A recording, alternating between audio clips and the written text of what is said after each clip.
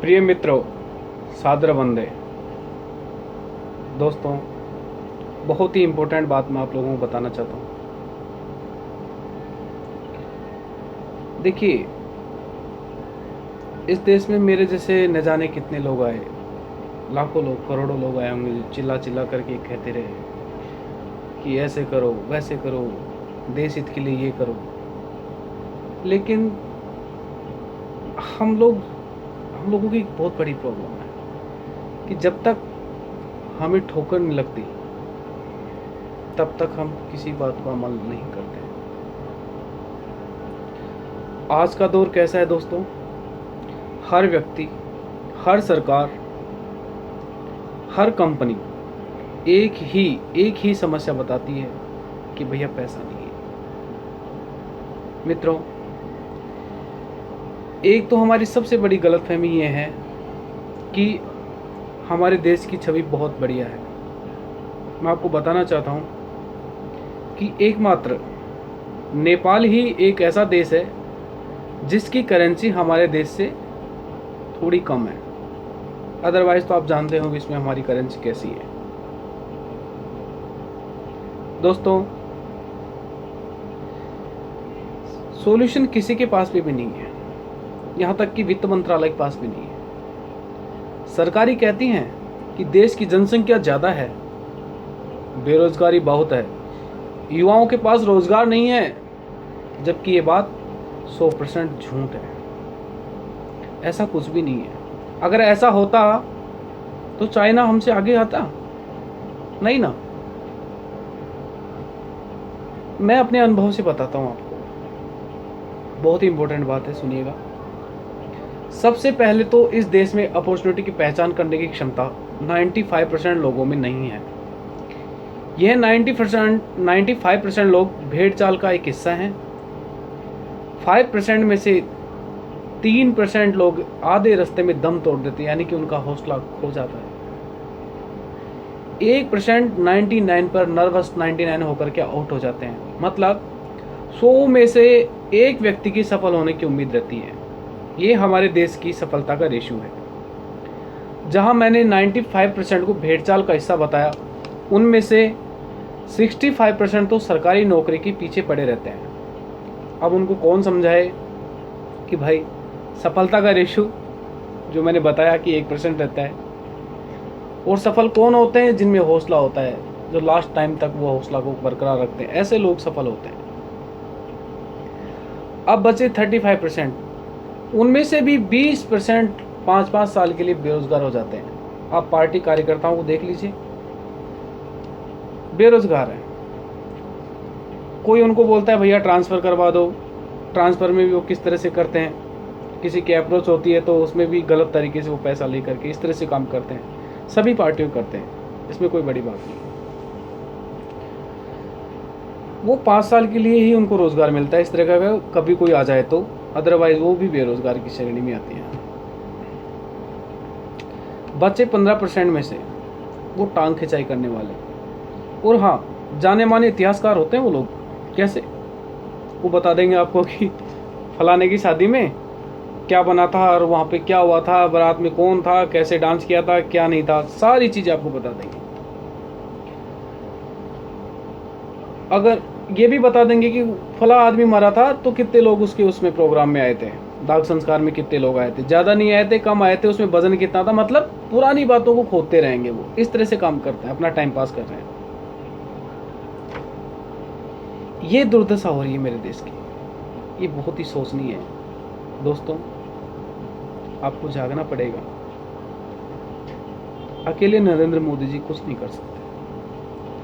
हमें उनके विकास का जो जन आंदोलन है उसके भागीदार बनना पड़ेगा। नमो इंडिया ने ऐसा ही किया है।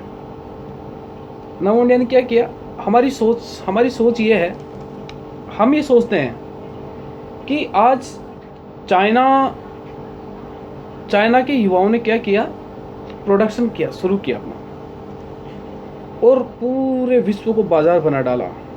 देखिए, इतनी बड़ी जनसंख्या होने के बावजूद भी उन्होंने किस तरह से अपने देश की इकोनॉमी को उठाया। हमारे देश में ऐसा नहीं है। हमारे देश में फलाने के बेटे ने बीएड कर ली, तू भी बीएड कर। कितने कितने लाखों युवा बेरोजगार बैठे हुए हैं बीएड कर करके कि सरकार कब वैकेंसी खोले और कब हम नौकरी लगे। और वो देखो वो किस तरह से सरकारों को कोसेंगे फिर कि ये सरकार कुछ नहीं करी, वो सरकार कुछ नहीं कर रही। ठीक है, सरकार भी अपॉर्चुनिटी देती है, लेकिन हम एक युवा होने के नाते जहाँ विश्व के युवा ये सब काम करते तो हमारे देश की क्यों नहीं, हम भी कर सकते हैं। देखिए मैंने ऐसा ही किया। मैंने लास्ट टाइम जब मैंने आईसीआईसी की जॉब छोड़ी उसके बाद में मैंने ठाना कि यार मैं कुछ करूं, और उसी टाइम पे मोदी जी ने Shri Ram college of commerce में स्पीच दी। उन्होंने एक ब्रांड इंडिया, कैसे हम देश और दुनिया को, कैसे हम हमारा मेड इन इंडिया का संदेश दे सकते हैं, कैसे हम प्रोडक्शन कर सकते हैं, ये पूरा कॉन्सेप्ट उन्होंने समझाया। और उसी दिन से हमने इसको धरातल पे उतारना शुरू किया। आप क्या जानते हो, मैं कोई बिजनेस परिवार से नहीं हूँ। मेरे पिताजी एक सिंपल से पंडित हैं, साधारण से गांव में, और उनको ये भी नहीं पता कि मैं क्या करता हूँ, किस तरह से मेहनत की। आपको भरोसा होगा, मैंने सबसे पहले मोदी जी की टी शर्ट बनाई, 10,000 रुपये का मैंने काम स्टार्ट किया। वो भी मैंने अपने दोस्तों से उधार लिए थे पैसे, क्योंकि मेरे पास पैसा नहीं था। इवन उधार लेने गया था तो वापस आने के किराए भी मेरे पास नहीं था। मैंने उससे पैसा लिया, उससे अपना काम शुरू किया, सोशल मीडिया के थ्रू उसका प्रमोशन करना शुरू किया। जहाँ जहाँ रैली होती थी वहाँ वहाँ कट्टे लाद करके कंधों के ऊपर 2-2 किलोमीटर 3-3 किलोमीटर तक उस वजन को ढोया है। उस तरह का संघर्ष किया है और आज भी कर रहे हैं। हम ब्रांड इंडिया कैसे बना सकते हैं? देखिए हमारे देश का खादी सबसे पुराना है। खादी की विसंगतियाँ देखिए। आज आप खादी स्टोर जाइए, वहाँ के एम्प्लॉयज़ का बिहेवियर देखिए, किस तरह से एटीट्यूड में रहते हैं वो लोग। ये ही सबसे बड़ी कमी रही है। इसके ऑप्शन में एक नया ब्रांड फैब इंडिया जो था, उसके एम्प्लॉय अच्छा बिहेव करते थे, लेकिन ये दोनों ही प्रॉपर देश की ब्रांडिंग करने में सफल नहीं रहे। इसलिए हमने नमो इंडिया बनाया। नमो इंडिया में न सिर्फ गारमेंट्स, न सिर्फ क्रोकरी, न सिर्फ जूट के बैग। नमो इंडिया वो चाहता है कि देश का युवा कुछ भी बना करके हमसे मिले, हमें उनकी डिज़ाइन इंटरनेशनल लेवल पे हमें ये लगना चाहिए कि ये बहुत अच्छी डिज़ाइन है, बहुत अच्छी चीज़ है। उस पर हम नमो इंडिया का यानी हमारे देश का ब्रांडिंग करें, उस पर ठप्पा लगाएं, और न केवल देश बल्कि पूरी दुनिया को हम पहुँचा सकते हैं। ये इस तरह की अपॉर्चुनिटी है।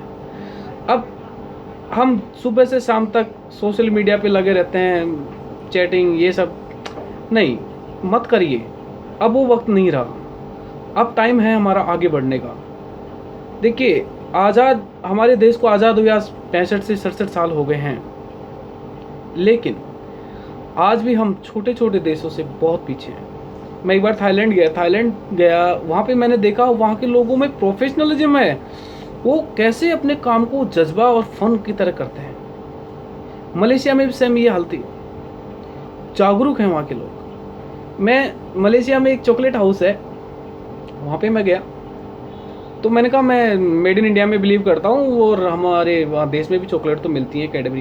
बोले सर क्या कचरा है एक नंबर का, आप यहाँ की चॉकलेट दीजिए। उसने टेस्ट कराया, एक नहीं 50 ऑप्शन मेरे सामने उसने रख दिए। मतलब उसका सेलिंग स्किल्स देखिए। मुझे उसकी सेलिंग स्किल से इम्प्रेस होकर के मुझे वहाँ से चॉकलेट लेनी पड़ी, और वाकई शानदार चीज़ थी, इसमें कोई डाउट भी नहीं है। ये चीज़ नहीं है हमारे देश में। हमारे देश में व्यापार कुछ बिजनेस फैमिली तक ही सिमट के रह गया है, कोई नया आदमी पनपता नहीं है। आज मैं लोगों से मिलता हूँ, छोटे छोटे सब्जी वाले से मिलता हूँ, बड़े बड़े शोरूम वालों से मिलता हूँ, सबकी एक ही है, सब मार्केट में मंदी है। मार्केट में मंदी नहीं है, हम एक स्प्रिट की तरह काम नहीं कर पा रहे। हमारे पास ग्राहक आता है, हम सोचने लगते हैं कि ये आ गया बस इसको कर लो, काट लो इसको जितना अच्छा काटना है। ये सोच गलत है। हमें बार बार उसको काम में लेना है, उससे अच्छा बिहेव करना है, उसको बिल्कुल प्रोफेशनल वे में अपने को अप्रोच करना है। धीरे धीरे करते हुए हम इस चीज़ को देखिए कैसे इंटरनेशनल लेवल पे लेके जा सकते हैं। भारत की पॉपुलेशन 125 करोड़ की है और पूरे विश्व की इससे जस्ट 4 गुना ज़्यादा तो होगी। हमारे पास में ये 4 गुना ज़्यादा मार्केट है, हम क्यों ना उनको मार्केट बना दें। क्या हम ही मार्केट बनते रहेंगे, हमारी जेब से पैसा जाता रहेगा। किस तरह से विदेशी ब्रांड किस तरह से अपनी ब्रांडिंग करते हैं हमारे देश में, टीवी पे ऐड देंगे, उससे हमारा माइंड सेट हो जाएगा, यार मैं ब्रांड पहनूंगा तो मेरी इमेज बनेगी। ऐसा कुछ नहीं है यार। 250, 300, 500 की चीज़ आप 2000, 1500 रुपये में खरीद लेते हो। कितना बड़ा मनी डिफरेंस है ये देखिए। 250 रुपये की कॉस्ट, जिसमें आपका एम्प्लॉय कॉस्ट, आपका शोरूम कॉस्ट, लाइट, बिजली, ट्रांसपोर्टेशन सब आ गया, वो चीज़ आपको 1500, 2000 में। बाकी का जो मनी डिफरेंस सीधा सीधा उनके अकाउंट में जाता है। आज विदेशी कंपनी हमारे देश से पैसा कमा के ले जाती है। हमारे देश में अगर कोई करता है इस तरह से तो उसको सहयोग नहीं मिलता है, पुलिंग ज़्यादा होती है, टांग खिंचाई ज़्यादा करते हैं लोग। और कोई करता है तो उसका कंप्यूटर सोचता है यार कैसे कर रहा है, अपन ही कर लें चीज़। तो ये एक पूरा कॉम्बिनेशन जो है ना ये बिगड़ जाता है ऐसी सोच से। हमें स्वार्थ को त्यागना होगा। ऐसा करके हम 5 साल, सिर्फ 5 साल तक ऐसा कर लें, मैं दावे से कहता हूँ हमारा रुपया डॉलर को टक्कर देने वाला हो जाएगा ज़बरदस्त तरीके से। और पूरा विश्व ये देखता रहेगा कि वाह यार, भारत के युवाओं ने क्या ज़बरदस्त काम किया है। अकेला द्वारकेश भारती ये नहीं कर सकता। इसके लिए आप लोगों को मेरा साथ देना पड़ेगा। मेरे पास पैसा नहीं है, पैसा आपके पास भी नहीं है, लेकिन सहयोग है। आप मुझे सहयोग दीजिए, मैं गारंटी से, मैं दावे से कहता हूँ 5 साल के अंदर हम दुनिया में हमारे प्रोडक्ट पहुंचा देंगे।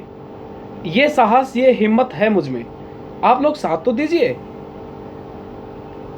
कब तक हम लोग बाहर की चीज़ों को लेते रहेंगे, और वो बाहर की चीज़ें क्या बनती हमारे देश में हैं। हमें इस सोच को बदलना पड़ेगा। हमें देश के लिए, हमारे भारत के लिए, हमारे स्वदेश के लिए हमें जागना पड़ेगा। ये हमारा एक जन आंदोलन है और मैं उम्मीद करता हूँ आप लोगों से कि आप हमारे इस जन आंदोलन से जुड़ेंगे। आपके पास तन है, मन है, धन है, जो भी है उसी से आप सहयोग कीजिए। याद रखना ये हम देश के लिए कर रहे हैं। देश के लिए कैसे कर रहे हैं कि देखिए, हमारे लोगों को हम जागरूक करेंगे, वो मनी डिफरेंस बचेगा, वो पैसा उनका सेविंग में जाएगा, सेविंग करके कहीं ना कहीं बैंक में आएगा, बैंक से सरकार लेती है, उससे हमारे देश का विकास ही होगा। तो ये एक जागने वाली चीज़ है। मैं आप सबसे हाथ जोड़ के रिक्वेस्ट करता हूँ दोस्तों, देश के लिए प्लीज़ प्लीज़, देश के लिए, खुद के लिए नहीं। खुद के लिए तो हमने कर लिया इन 60-65 सालों में, बहुत किया, स्वार्थी हो करके हमने देश को बर्बाद कर दिया, तबाह कर दिया। लेकिन अब हमें खुद के लिए करना पड़ेगा। मैं खड़ा हो गया हूँ, मैं 2 साल से भयंकर संघर्ष कर रहा हूँ, लेकिन एक भी दिन ऐसा नहीं गया जिस दिन मैंने अपने हौसले को बिल्कुल डाउन करके कहा कि चल बंद कर यार, जॉब ज्वाइन कर। नहीं, मैं नहीं करूँगा। मैं आप सब लोगों को जगाऊंगा और आप लोगों को जागना पड़ेगा देश के लिए। नहीं तो 5 साल बाद में फिर कहोगे कि यार सरकार ने भी कुछ नहीं किया। सरकारों की भी हिस्सेदारी होती है, लेकिन उससे कहीं ज़्यादा हम जनता की होती है। आप लोगों से मैं रिक्वेस्ट करता हूँ अगेन, प्लीज़ आप नमो इंडिया से जुड़िए। नमो इंडिया देश की ब्रांडिंग करने वाला नहीं, बल्कि दुनिया को मार्केट बनाने का सपना देख के चला है। आप सब भारत देश के लोगों से, मेरे मित्रों से मेरी ये रिक्वेस्ट है, आप नमो इंडिया से जल्द जुड़े। नमो इंडिया को, देश को आपकी ज़रूरत है। ये आज़ादी में जैसे महात्मा गांधी जी ने आज़ादी का एक जन आंदोलन चलाया, ठीक वैसे ये विकास का जन आंदोलन है और इसके लीडर नरेंद्र मोदी जी हैं। मोदी जी को भी हम जैसे लोगों की सख्त ज़रूरत है। अब ये ज़रूर नहीं कि वो आकर के हम लोगों को कहें, वो एक लोगों को संबोधित करते हैं, उसमें से वो सारांश निकालना होता है, वो ही हमने किया है। आप लोग जुड़िए इससे। बहुत बहुत धन्यवाद। नमस्कार।